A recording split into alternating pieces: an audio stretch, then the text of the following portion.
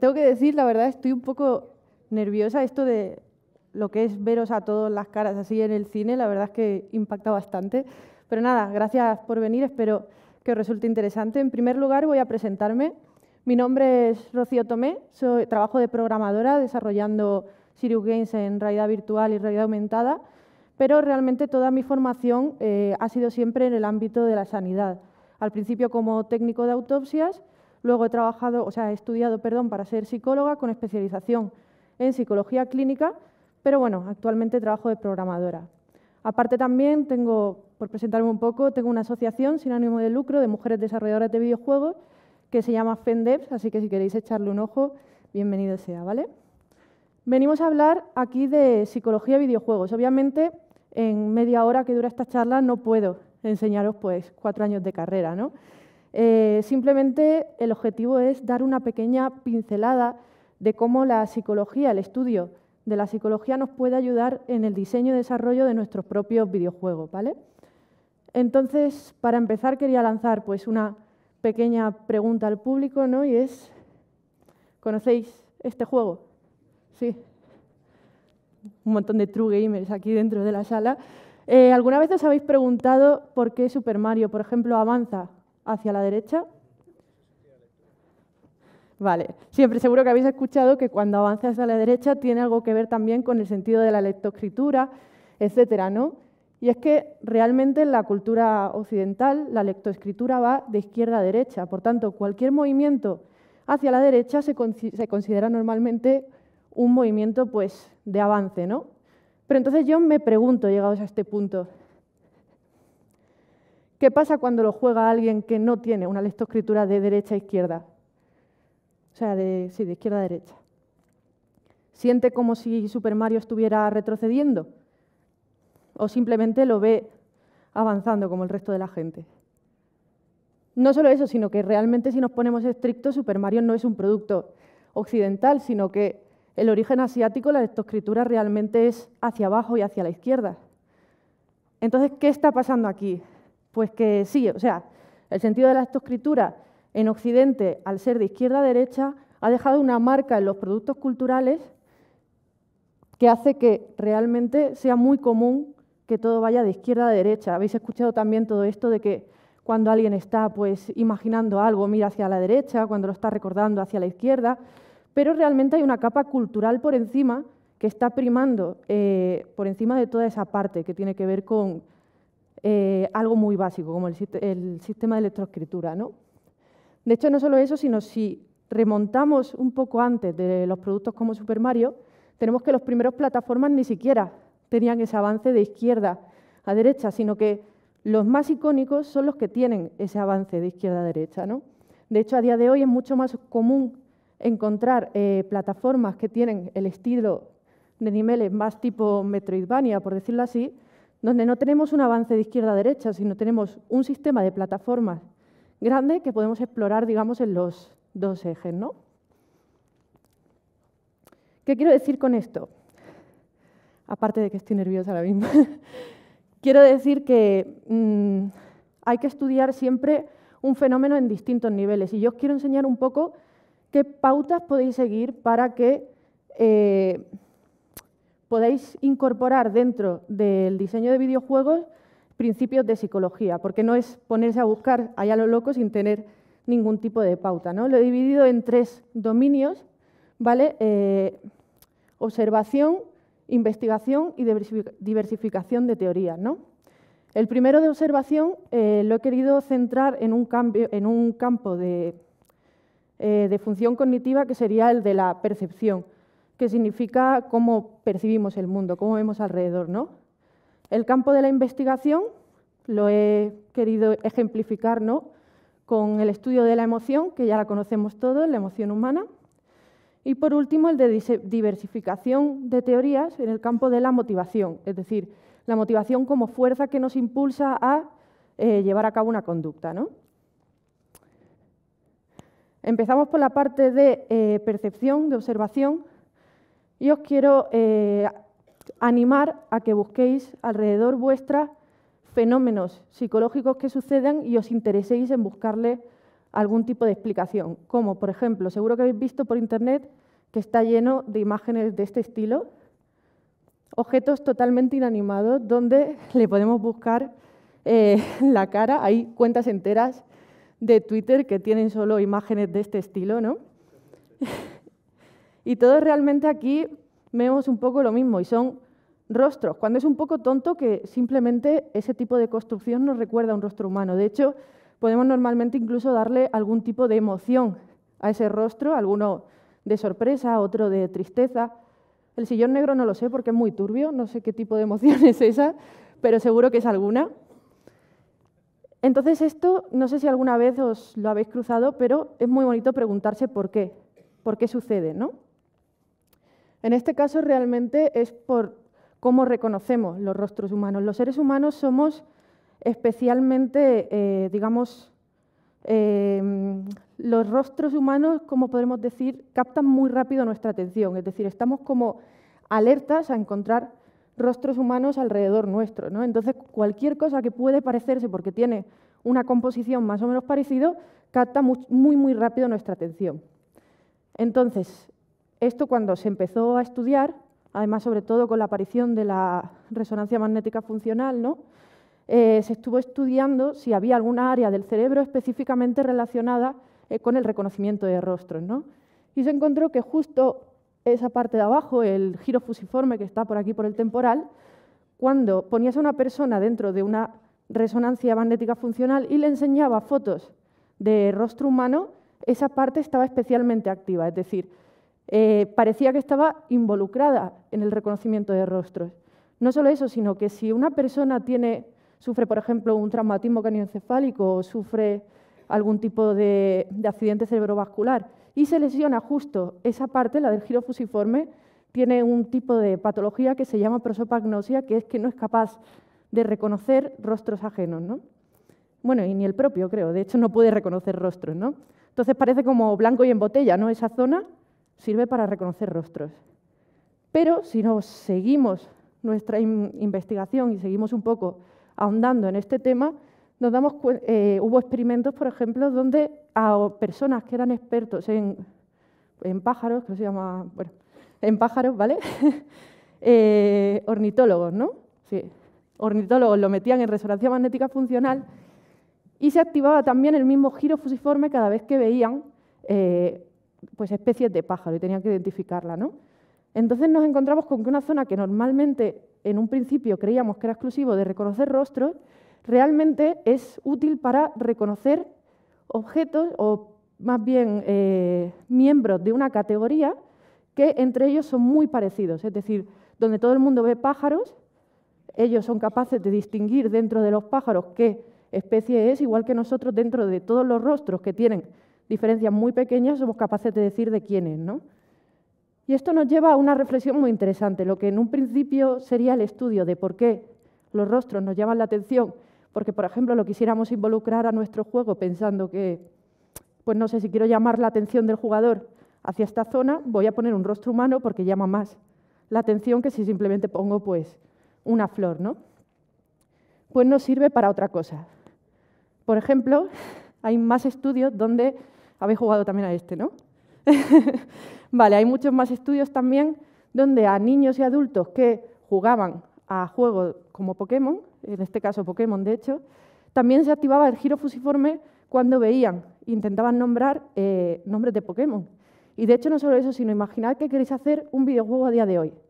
Poner 150 elementos que la persona tiene que memorizar para jugar parece algo fuera de lógica, es decir, es como un prerequisito que con el sentido común nadie va a cumplir, pero sabiendo que el cerebro tiene ya suficiente maleabilidad, por decirlo así, como para poder aprender y categorizar tantos miembros de un grupo que se parecen tanto, podemos adaptar nosotros el diseño de nuestro videojuego para que sea muy exigente en esta categoría, porque realmente el cerebro tiene la capacidad de hacer estas categorías fácilmente, ¿no? La segunda es para animaros a investigar, ¿vale? Ya tenemos un fenómeno, por ejemplo, o queremos conseguir algo, lo tenemos muy claro y queremos investigar qué tipo de teoría hay detrás para adaptarla, para cogerla para nosotros, ¿no?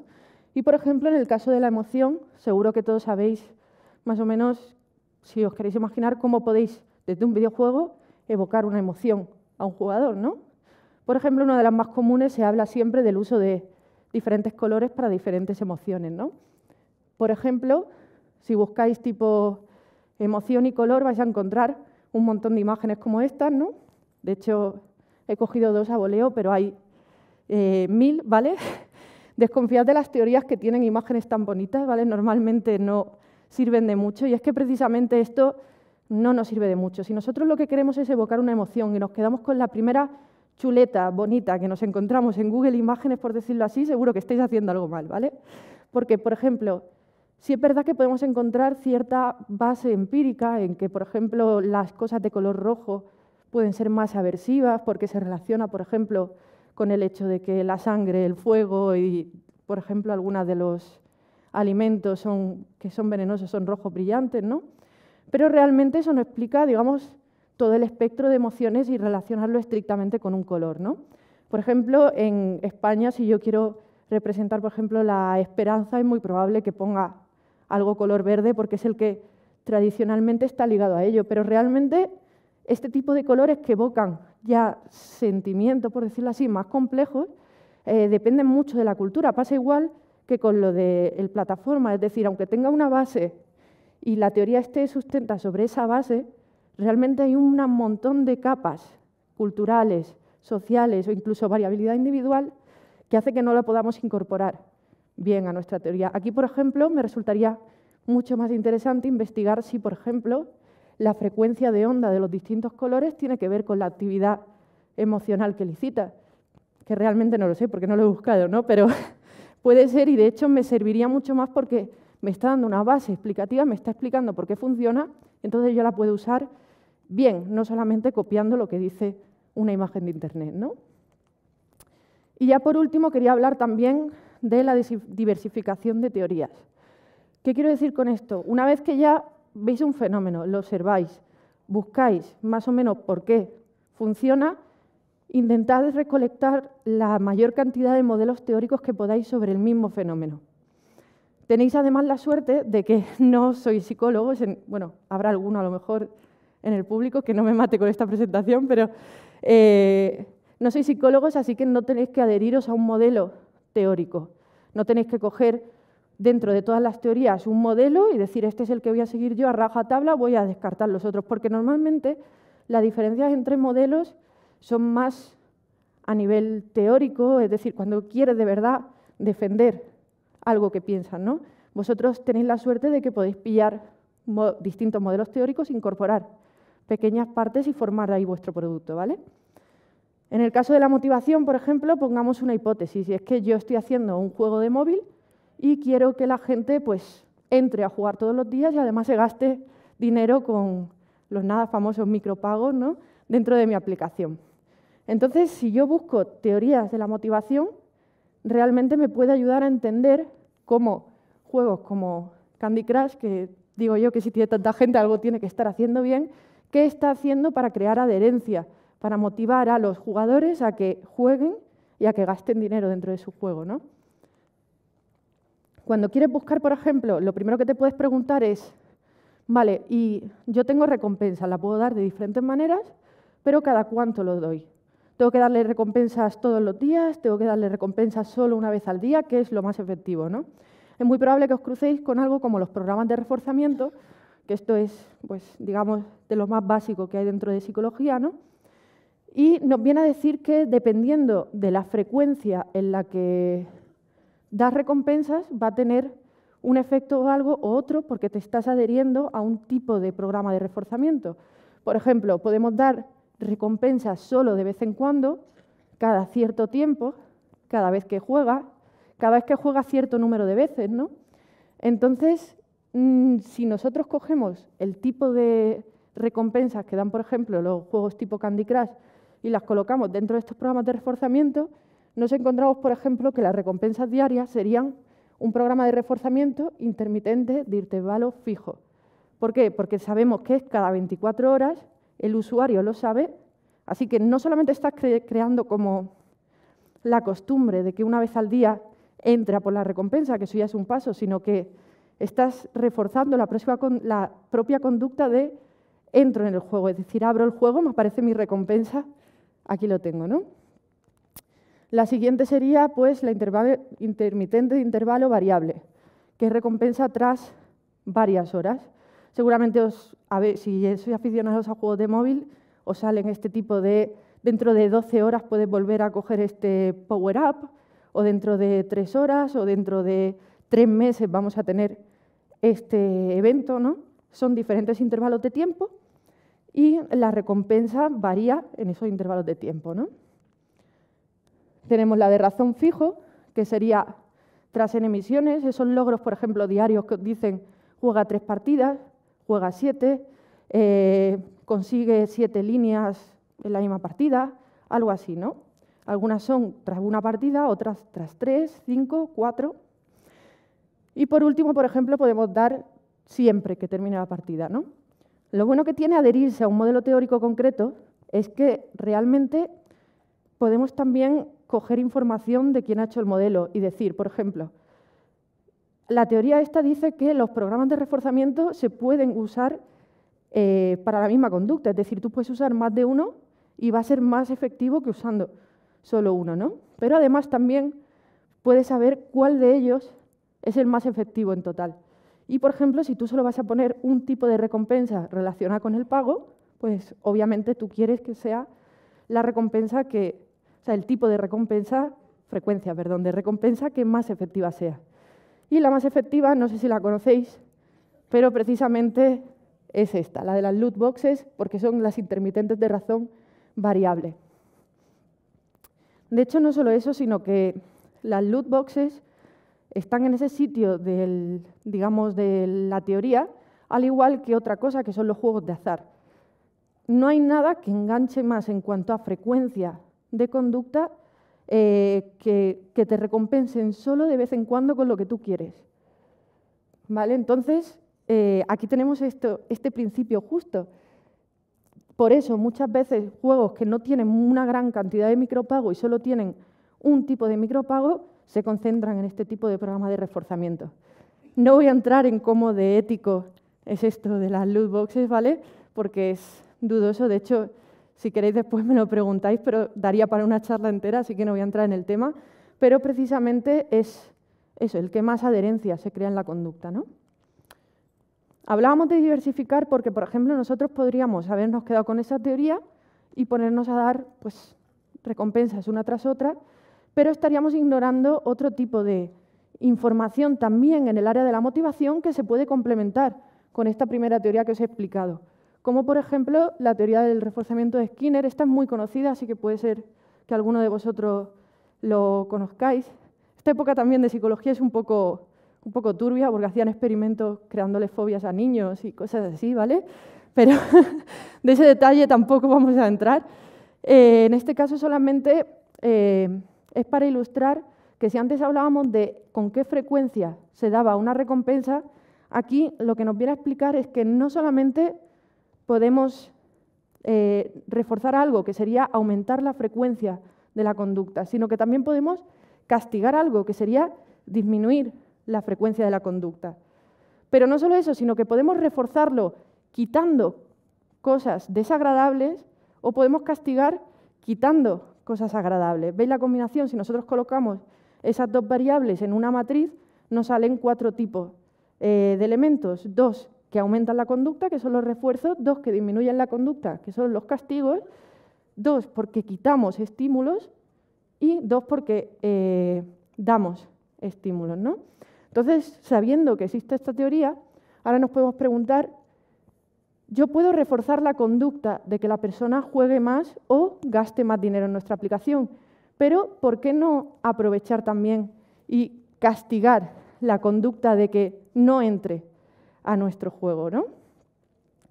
Esta parte es especialmente interesante porque así a primera vista podemos pensar y decir, bueno, pero a ver, cuando no está jugando, yo no tengo control sobre el jugador, ¿cómo voy a castigar el que no juegue si yo no puedo interaccionar con él, ¿no? No, porque realmente estos programas de reforzamiento funcionan y cualquier tipo de programa de reforzamiento funciona porque la persona relaciona lo que está haciendo con la consecuencia que le viene. No tiene por qué ser en el momento, sino que lo va a relacionar con algo que ha hecho. Si ese algo que ha hecho es no jugar el día anterior, si cuando ha entrado se ha encontrado algo desagradable, le está disuadiendo de no jugar, ¿vale? Entonces, por ejemplo, en lo que sería fortalecimiento de la conducta presentando un estímulo, obviamente el estímulo tiene que ser agradable, ¿vale? Te tienen que dar algo agradable para que tú quieras seguir jugando. Aquí tenemos, por ejemplo, pues ganar un logro o ganar un personaje nuevo, ganar lo que tú quieras, ¿no? Algo que te den que sea agradable.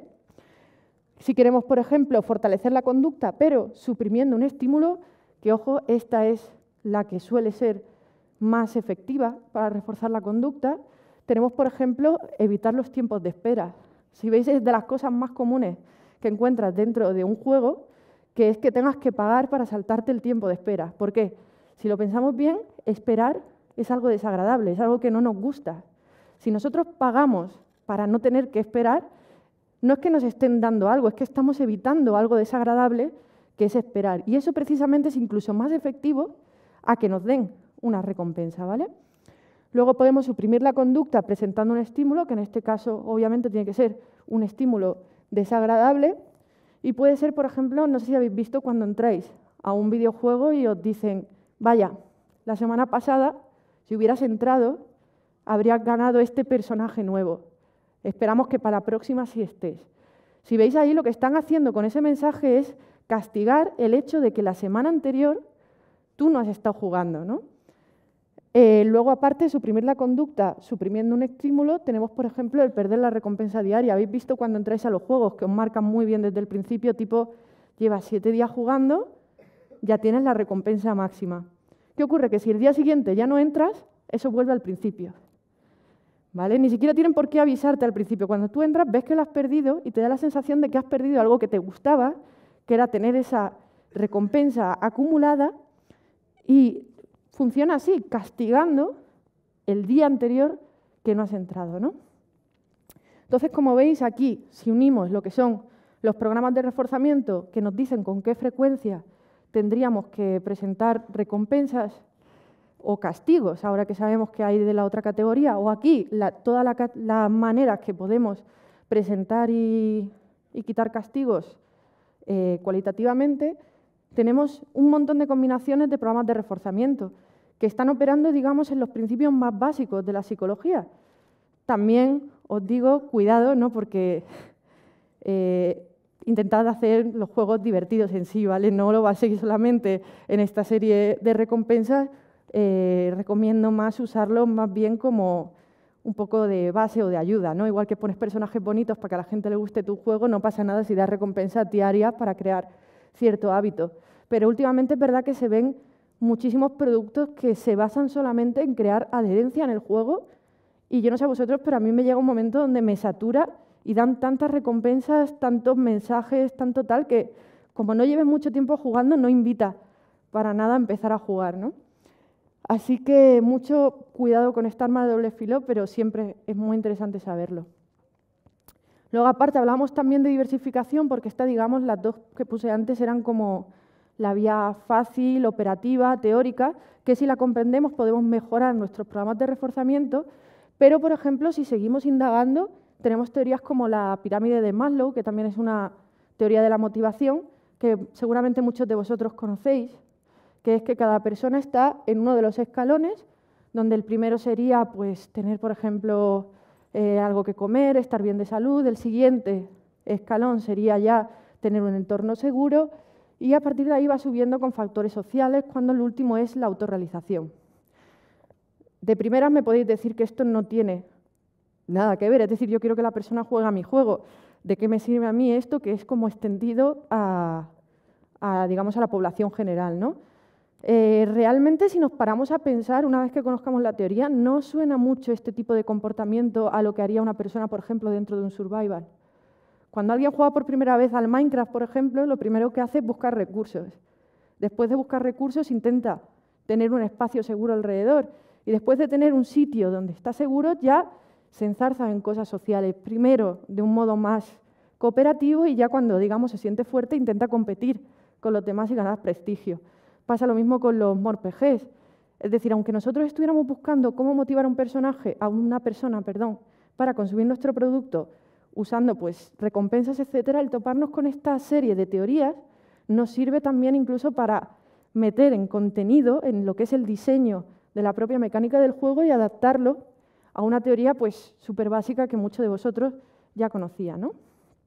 Y ya por último hablar también, por ejemplo, de la teoría de fijación de metas de Locke, que realmente no es tan conocida comparada con el resto y de hecho es un poco extraña de entender, ¿vale? Porque es un poco, digamos, más hippie, en el sentido que dice que el buscar una meta en sí ya es un reforzador en sí mismo. Es decir, que no tenemos por qué dar una recompensa porque el que nosotros lleguemos a hacer eso ya es una recompensa en sí mismo, una meta, ¿no? Pero que si aparte da recompensa a esa meta, hay varios factores que la hacen más efectiva. Una de las cosas que habla, por ejemplo, es que si nosotros podemos elegir el resultado, o sea, la recompensa de esa meta, nos parece mucho más apetecible. Ni siquiera eso es el núcleo de la teoría, pero es algo que suelta por ahí. Y ahí te paras a pensar y dices, vale, yo voy a dar recompensas, imaginaos que estoy haciendo un juego tipo RPG, y yo tengo que dar recompensas a los jugadores por terminar una misión. ¿A qué os suena esto de que al final de la misión os dejan elegir entre dos armas, entre dinero o un arma? Realmente no les costaría nada hacer 2 misiones diferentes o 3 misiones diferentes donde tienes diferentes misiones, pero en su lugar tienes una con diferentes recompensas. ¿Por qué? Porque esto realmente hace que esa misión te parezca todavía más atractiva que una de las 2 que ya viene determinada, ¿no? Volvemos otra vez al mismo caso. Teníamos un fenómeno, queríamos utilizar la psicología para ello, pero nos encontramos con que un modelo teórico nos sirve para otro aspecto distinto de los videojuegos que no era el que queríamos al principio, pero que nos sirve en nuestro diseño, ¿no? Y nada, ya simplemente para concluir, pues deciros otra vez lo mismo. Os animo a que aprovechéis porque la psicología son muchos años de conocimiento acumulado, ¿vale? Están ahí y realmente los videojuegos son casi un bebé en pañales al lado de la psicología, ¿no? Y hay muchísimo conocimiento dentro de la psicología que está esperando ahí a que alguien quiera utilizarlo y lo adapte a lo que es el contexto de los videojuegos.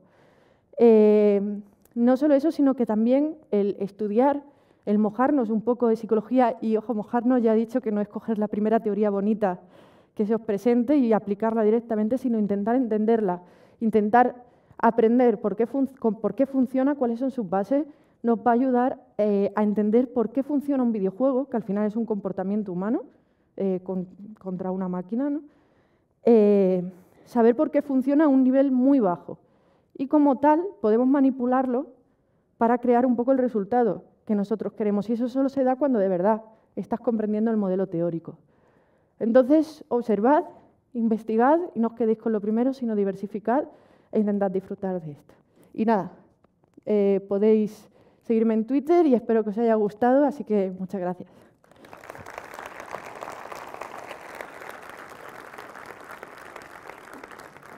Vale, lo he clavado, quería dejar más o menos 10 minutitos para las preguntas, así que si tenéis alguna pregunta estaré encantada. Genial. Lo que queráis. Hola, gracias por la charla. Al principio nos enseñabas que Mario avanzaba hacia la derecha y decías que era consecuencia quizás de la lectura, del sentido de la escritura, pero luego nos has recordado que Mario es japonés y que allí no leen de izquierda a derecha. Entonces, ¿por qué de izquierda a derecha Mario? Vale. Es que realmente lo quería usar para ejemplificar que no es una respuesta tan simple. Seguramente la lectoescritura tenga algo que ver, teniendo en cuenta también que al final la cultura occidental con la globalización ha contaminado, digamos, la manera en la que el formato audiovisual, tanto en cine como en series como en videojuegos, funciona. Es decir, este recurso de ir hacia la derecha porque la persona está imaginándose el futuro, ir hacia la izquierda porque lo estaba recordando, es un recurso cinematográfico muy antiguo, más antiguo incluso que los videojuegos. Entonces, al final, esa lectoescritura sí contaminará de alguna manera la razón, pero la razón principal es que sabemos jugar a videojuegos. Casualmente, o por este tipo de influencia del cine, se instauró que era de izquierda a derecha. Además, no solo eso, sino que Super Mario aparece o sea, en la izquierda de la pantalla mirando hacia la derecha. Parece que te invita directamente a avanzar en ese sentido. Nosotros sabemos jugar plataformas, esperamos que se comporten de cierta manera y eso prima por encima de la lectoescritura, aunque ésta seguramente haya tenido algo que ver en su origen. Y al final eso, ¿por qué avancé hacia la derecha? Por un cúmulo de razones. Y lo bonito es intentar desgranarlas todas. ¿Alguien más? ¿Por ahí? Luego también, chico aquí. Yo tenía una pregunta con respecto a lo que has dicho después del tema de Super Mario, que has hablado de que los juegos ahora son más Metroidvania, de desplazamiento más libre, con zonas, con habitaciones y demás. Un poco, ¿a qué crees que se ve en tu opinión? Si crees que el tema de exploración-recompensa tiene algo que ver o ha influido en ello. Vale, leí también que la elección libre suele ser, en el tema de videojuegos, mucho más atractiva que el que estés determinado a ir siempre en una misma dirección. Entonces, ese sentido de la exploración, de intentar conocer un mapa, tendrá mucho que ver. Y el tema, por ejemplo, de poder explorar para conseguir recompensas, como esas típicas monedas o logros que esconde a lo largo del mapa, es un reforzador en sí mismo. Pero también yo creo que tiene mucho que ver el tema moda, un formato que normalmente acaba funcionando bien por el tema de recompensas o bien porque ya estaba saturado el mercado de lo que sería la manera de hacer plataformas anterior, directamente se cambia y se empieza a replicar la fórmula. Se crea un género y digamos que está de moda un tiempo. Seguramente si consiguen de alguna manera reinventar las plataformas, veremos otra vez otra marabunta de juegos con el nuevo formato. Pero sí, es interesante. Creo que había un chico ahí que lleva un rato.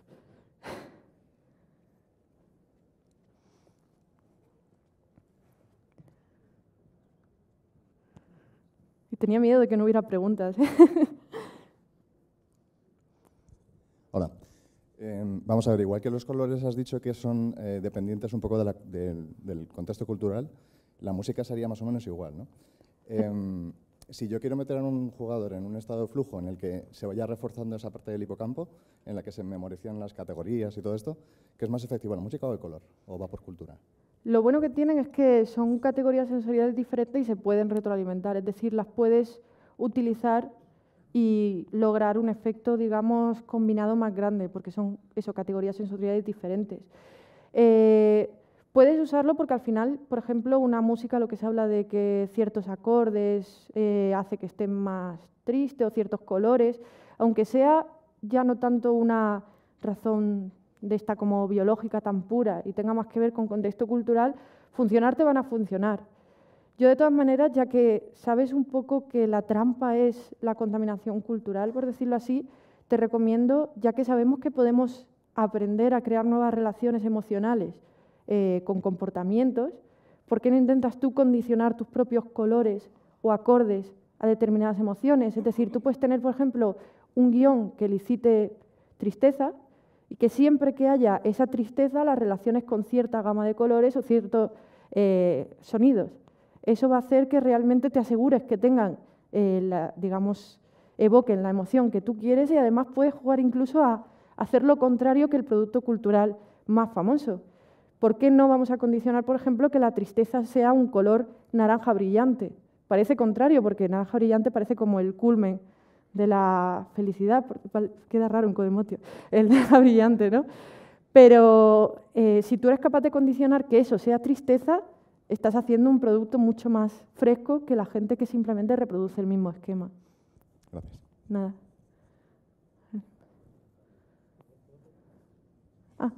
Podría hacer muchas preguntas, pero... Ya he visto asistir todo el rato así a sentir. Sí. Hay una pregunta que últimamente me hago bastante recursivamente, que es ¿qué es lo que hace que algunos tengamos tanta adicción a juegos que sean tremendamente difíciles como puedan ser Sekiro, la saga Dark Souls o Super Meat Boy? Vale.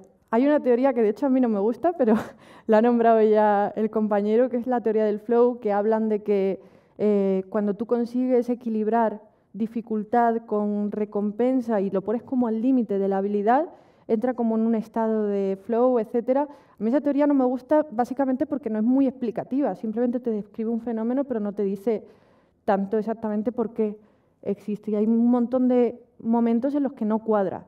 Eso, se puede entrar en flow con cosas que no supone un reto, ¿no? Entonces, yo creo que tiene más que ver con cultura de jugador. Es decir, si tú ya estás acostumbrado a jugar, estás acostumbrado a los retos y además eres una persona que te gustan los retos, ya incluso fuera de los videojuegos lo vas a buscar.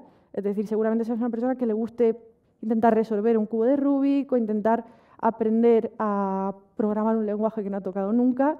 Es decir, esa serie de comportamientos.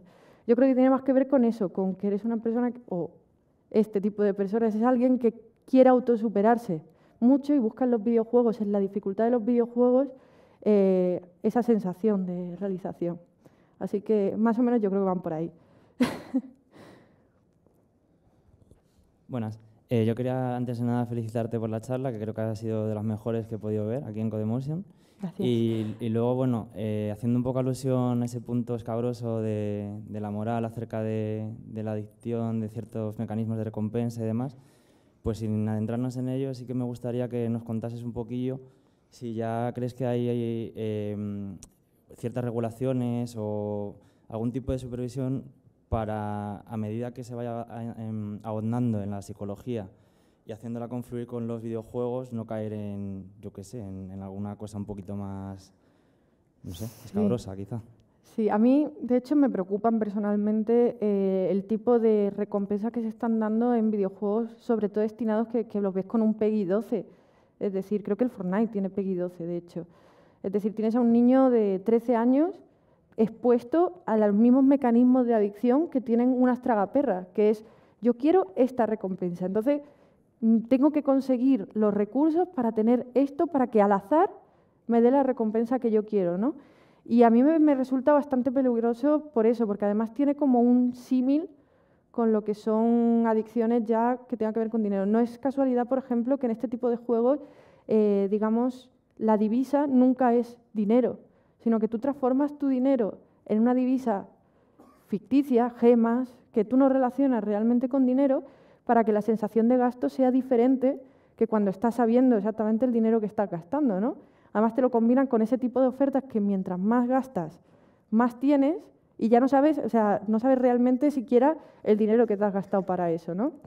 Me recuerda un poco, por ahí tenía también el dilema, a cuando de pequeño, muchas veces me lo han dicho, en plan, Rocío, nosotros coleccionábamos cromos de Pokémon o de futbolistas y tazos y no hemos salido de ninguna manera, y es el mismo principio, ¿no? Tú comprabas sobres hasta que te salía el que tú querías, ¿no? Pero realmente ahí el control de dinero que tenías era diferente, es decir, no tenías un entorno donde podías acceder 24 horas, sino que necesitabas que alguien te diera el dinero para comprar los sobres o que te lo compraran, y además tenía un final, es decir, completabas el álbum y ahí lo tenías. En esto realmente estamos en un juego infinito donde van a sacar cada vez más expansiones y tienes a niños metidos ahí. Con adultos, pues al final ahí hay un poco menos de debate porque se supone que cada adulto pues tiene que saber más o menos regular eso, etcétera, pero me preocupa especialmente con niños. Y yo creo que no va a tardar mucho en salir algún tipo de normativa. Ya hay muchos países donde están hablándose y están evitándose este tipo de conductas relacionadas con juegos en este tipo de productos. Si todo fuera dentro del juego, que simplemente pongo a modo digamos, de Conecta 3 o lo que sea, la recompensa diaria, pero tú no puedes con dinero acceder a esa recompensa, pues todavía se queda en un marco del juego. Me preocupa más cuando eso tiene que ver con una divisa real, y además una divisa que no se relaciona con dinero. Buenas tardes. Quería continuar un poco también con la pregunta del compañero, que sí que en Estados Unidos creo que hay una iniciativa para prohibir los loot boxes y aquí también en Europa está en el punto de mira del organismo regulador también, porque se han dado cuenta efectivamente que hay un matching entre las políticas, bueno, las técnicas de las agaperras y el juego y este tipo de refuerzo, ¿no? Entonces te quería hacer una pregunta de que si parece que se está aplicando en los videojuegos estrategias psicológicas para hackear un poco al usuario del producto, ¿dónde estaría esa barrera? Es decir, tú quieres que la gente use el producto, quieres que la gente se está satisfecha a jugar al videojuego, porque tú has dicho hace un momento, parece que la frontera tú la pondrías en si hay dinero de por medio, ¿no? Pero si tú haces que la gente se vuelva muy adicta a un juego, pues en las redes sociales también estaría el debate, ¿no? Quería preguntarte un poco tu opinión al respecto, ¿no? Si hay un límite a estas técnicas, a si se deben aplicar o no en estos productos. Ya, aquí es que entramos ya más bien a un debate ético. No creo que tenga una respuesta, sino ya ahí cada uno, si quiere anteponer, digamos, el bienestar social o esa libertad individual, podemos entrar en un mini debate de hasta qué punto tenemos que proteger a los consumidores que hacen libremente uso de esa tecnología. Creo que eso es un debate abierto a día de hoy y sobre todo, ya eso en mi opinión personal, hay que primar un poco lo que es el bienestar de la sociedad entera, por tanto algún tipo de regulación como mínimo debería tener.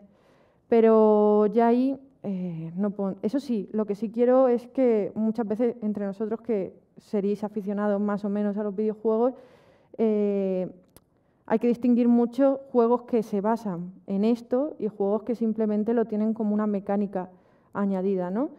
Se mezclan un poco, sí, pero más o menos. Es decir, me preocupa de todas maneras también que se estigmatice de más a lo que es el videojuego como producto cultural por culpa de este tipo de dinámicas que están relacionadas con el juego, ¿no?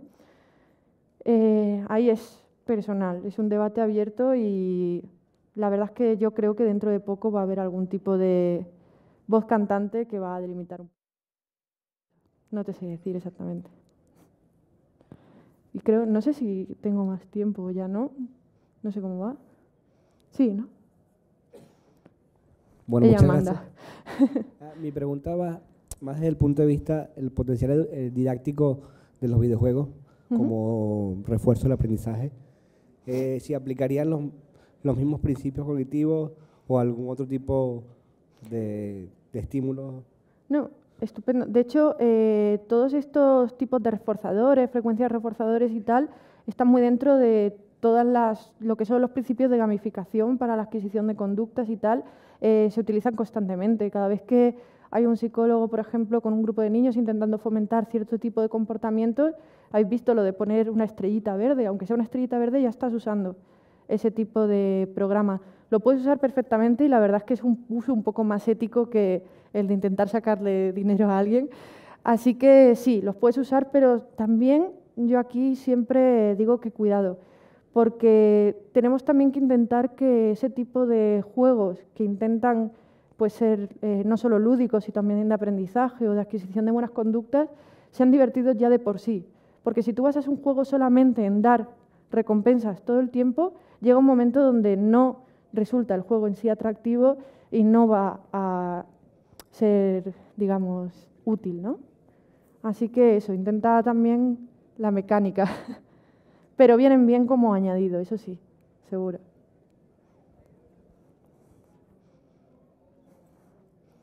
Creo que hay una mano enorme allí.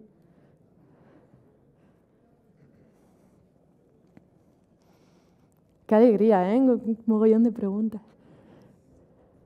Hola, buenas. Ante todo, pues enhorabuena por la charla. Gracias. Y también un poco en lo que decía uno de los chicos que ha hablado antes, ¿no? Sobre el Dark Souls y el Sekiro. Yo quería preguntarte sobre esa motivación, porque, por ejemplo, hay algunos videojuegos en los que la motivación puede ser encontrar, pues, ir explorando y encontrarte con un paisaje precioso, un arma, un aspecto para tu personaje, una montura, 1000 cosas. Otra motivación puede ser lo bueno que tú seas, por ejemplo, pues hablando del Sekiro, hablando del Dark Souls, al final eres tú contra la máquina. Creo que en el Dark Souls se te puede añadir gente y ayudarte, pero al fin y al cabo es eso, es tu habilidad contra la máquina. Y a mí me sorprende mucho qué es lo que engancha de otros juegos, entonces, como el League of Legends, el Overwatch, porque es un juego en el que sí, tú puedes ser muy bueno, pero requieres coordinación con un equipo y muchas veces si tú juegas solo, por ejemplo, el mapa siempre es el mismo, nada cambia, no hay mucha progresión más allá de la progresión que tú tienes de tus niveles y tu ranking y tal. Pero además es que muchas veces, y lo digo por mucha gente que conozco y tal, ¿no? Te pones a jugar, están jugando, tal, este tío es hay que ver qué equipo me ha tocado, que no sé qué. Entonces como que da la impresión de que tampoco ellos pueden avanzar mucho, ¿no? Uno puede ser muy bueno, pero juega solo, no tiene un equipo que le apoye, no se comunica, no hay comunicación. Y a pesar de eso, a pesar de que, bueno, ¿qué es lo que mantiene a esa gente un poco un poco enganchada a ese tipo de juegos, ¿no? O sea, ¿qué progresión o qué cosas sienten ellos que les haga estar jugando? Yo creo que precisamente si tiene ese tipo de comportamiento con el resto de compañeros, seguramente es que sea una persona especialmente competitiva. Y el League of Legends, como el Overwatch, como ese tipo de juegos, son especialmente competitivos, ¿no? Ese tipo de personas a lo mejor es que no están tan hechos para el trabajo en equipo, pero sí le gusta esa sensación de ganar a los demás, ¿no? Es verdad que la victoria, cuando hay muchas más personas involucradas, suele ser más satisfactorio, por eso también los juegos que tienen equipos suelen crear dinámicas competitivas mucho más personales, más, digamos, más fuertes que los deportes, por ejemplo, que son 1 contra 1 o 1 contra muchos, que no sé si hay alguno. Pero yo creo que es eso, la propia competitividad, igual que el tema de Dark Souls, es la propia sensación de conseguir finalmente algo que llevabas mucho tiempo luchando, y eso hace que la meta sea muy valiosa porque es algo muy difícil de conseguir, entonces tú le estás dando un valor que refuerza todas las horas de sacrificio que le has podido echar. En este caso es simplemente el factor de competición, de poder medirse contra los demás, incluso seguramente cuando pierde sea culpa de los que están alrededor y cuando hayan ganado es porque le ha hecho 14 kills, ¿no? Entonces ahí es todo competición. Así que es eso. Creo que ya se va la hora, ¿no?